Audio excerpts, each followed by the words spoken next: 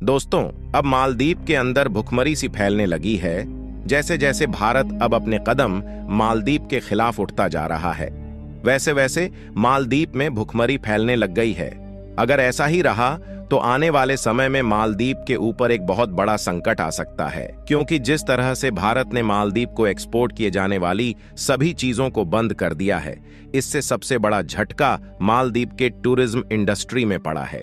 क्योंकि आपको पता ही होगा कि मालदीव अपने टूरिस्ट इंडस्ट्री पर निर्भर है, उससे ही उसका खान पान और अन्य चीज की जाती है। अभी तक भारत ने मालदीव जाने वाले प्याज, अंडे, आलू, मसाले, ब्रेड आदि कई अन्य चीजों को भी पूरी तरह बैन कर दिया है, जिससे अभी तक कहा जा रहा था कि मालदीव में आने वाले टूरिज्म को उनका मनपसंद भोजन नहीं मिल पाएगा, क्योंकि मसाले, अंडे, आलू, टमाटर के बिना मालदीव में कोई भी पकवान नहीं बनाया जा सकता।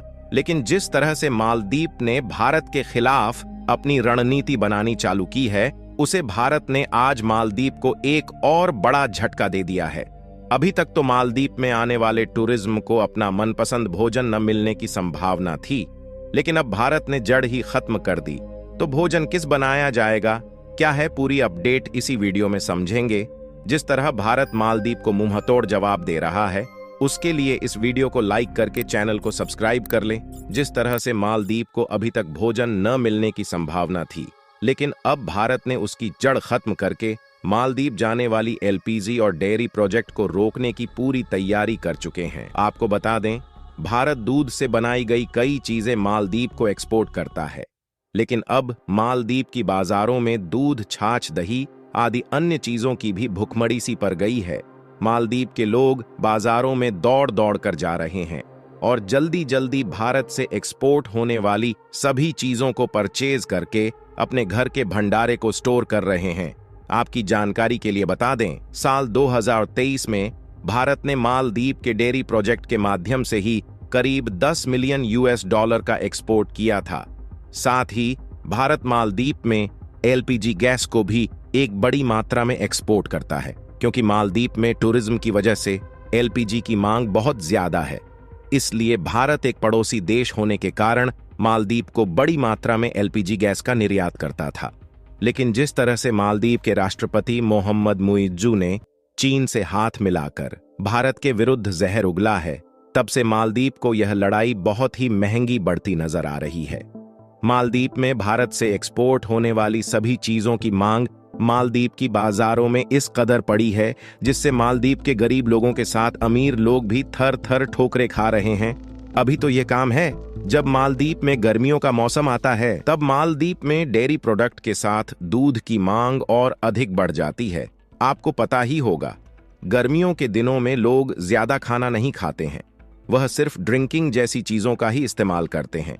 लेकिन मालदीव की तरफ से की गई गलती का नुकसान मालदीव को अपनी टूरिस्ट इंडस्ट्री में उठाना पड़ेगा, जिससे मालदीव में आने वाले टूरिस्ट को वह फैसिलिटी नहीं मिल पाएगी जो वह चाहते हैं, और दुनिया के अलग अलग देशों से आने वाले टूरिस्ट पूरी तरह से मालदीव में जाना बंद कर देंगे। इससे भारत को बड़ा फायदा होने वाला है, क्योंकि मालदीव से मिलता जुलता लक्षद्वीप अब अपनी उड़ान की तरफ निकल चुका है, क्योंकि यह भारत का हिस्सा है, जिससे यहाँ कई अन्य प्रकार की फैसिलिटी मिल जाएगी, जिससे मालदीव जाने वाले टूरिस्ट सीधे लक्षद्वीप की ओर मुड़ जाएंगे, जिससे भारत को बड़ी मात्रा में मुनाफा होने वाला है।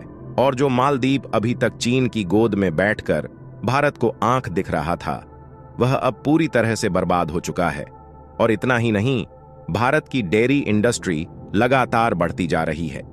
2022-23 में भारत ने बांग्लादेश, संयुक्त अरब अमीरात, सऊदी अरब, संयुक्त राज्य अमेरिका और भूटान जैसे देशों को एक बड़ी मात्रा में डेयरी प्रोजेक्ट एक्सपोर्ट किए थे। भारत लगभग डेयरी प्रोजेक्ट को उत्पन्न करने वाला पहला सबसे बड़ा देश है, जो लगभग दुनिया के 136 देश को अपने डेयरी प्रोजेक्ट का निर्यात करता है। लेकिन अगर हम ढंग से समझे तो मालदीव के अंदर भारत की एक्सपोर्ट हिस्ट्री पहले से कम थी, लेकिन अब मालदीव इस कमी को कैसे पूरा कर पाता है, ये तो सब मालदीव को ही पता होगा। जिस तरह से हम पीछे बात कर रहे थे कि अब मालदीव में आने वाले टूरिज्म को उनका मनपसंद भोजन नहीं मिल पाए, क्योंकि भारत ने अब मालदीव जाने वाली एलपीजी पर पूरी तरह से रोक लगा दी है। क्योंकि जब मालदीव अपना गैस का चूल्हा ही नहीं चला पाएगा, तो वह मनपसंद भोजन कहां से बनाएगा। अब भारत मालदीव को छोड़कर बांग्लादेश को एक बड़ी मात्रा में एलपीजी गैस का भंडार एक्सपोर्ट करने वाला है। जिस तरह से मालदीव ने चीन से हाथ मिलाकर भारत से दुश्मनी ली है, इससे भारत ने मालदीव जाने वाली एलपीजी गैस को पूरी तरह से रोक दिया है। अभी तक भारत मालदीव को 2 टैंक एलपीजी गैस के निर्यात करता था, लेकिन अगर भारत मालदीव जाने वाली एलपीजी गैस को पूरी तरह से रोक देता है तो मालदीव को एक बहुत बड़ा झटका लगने वाला है। अब भारत मालदीव को छोड़कर बांग्लादेश को बड़ी मात्रा में गैस का निर्यात करने वाला है, क्योंकि भारत और बांग्लादेश के बीच कुछ दिन पहले थोड़े बहुत विवाद चल रहे थे, वह अब पूरी तरह से खत्म हो चुके हैं, जिसके बाद दोनों देश मित्र बन गए हैं। इसके अलावा भारत नेपाल, भूटान, श्रीलंका को भी इंग का एक भंडार निर्यात करने वाला है। मालदीव से भारत को कोई भी नुकसान नहीं है, क्योंकि भारत के पास एलपीजी एक्सपोर्ट करने के लिए अन्य काफी देश है। लेकिन अब मालदीव पर मुसीबत का पहाड़ टूट पड़ा है। भारत के पास तो अपनी एलपीजी एक्सपोर्ट करने के लिए कई देश है, लेकिन मालदीव के पास तो कोई चारा ही नहीं है, सिर्फ चीन को छोड़कर।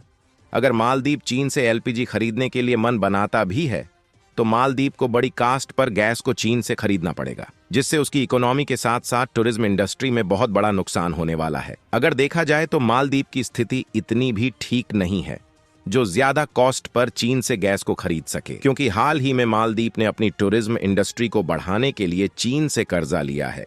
अगर ऐसे में मालदीव को चीन से गैस मिल भी जाती है तो वह बहुत कम मात्रा। हालांकि चीन दुनिया का सबसे ज्यादा एलपीजी गैस उत्पादन करने वाला देश है, लेकिन चीन में ही एलपीजी की मांग ज्यादा होने के कारण वह कुछ भी न करके मालदीव को गैस देने में असमर्थ है।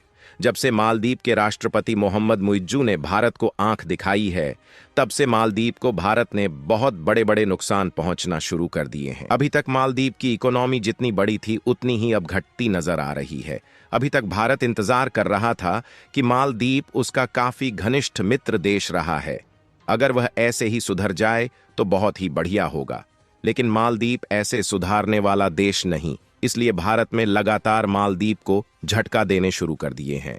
अगर मालदीव चीन को भी छोड़कर तुर्की से गैस का निर्यात करता है तो भी मालदीव को ज्यादा कॉस्ट एक्सपोर्ट में खर्च करनी पड़ेगी, और तुर्की का भी हाल कुछ चीन की तरह है। जितनी वह गैस उत्पादन करता है उतनी ही गैस उसके देश में खर्च हो जाती है। तो दोस्तों, आपको क्या लगता है ये लड़ाई कहां तक चलने वाली है? कमेंट में नीचे जरूर बताएं और वीडियो को लाइक करके चैनल को सब्सक्राइब करें। इस वीडियो को ज्यादा से ज्यादा अपने मित्रों में शेयर कर दें, जिससे हर किसी को भारत और मालदीव के विवाद की जानकारी हो सके। तो मिलते हैं किसी ऐसी ही नेक्स्ट वीडियो में। तब तक जय हिंद, जय भारत।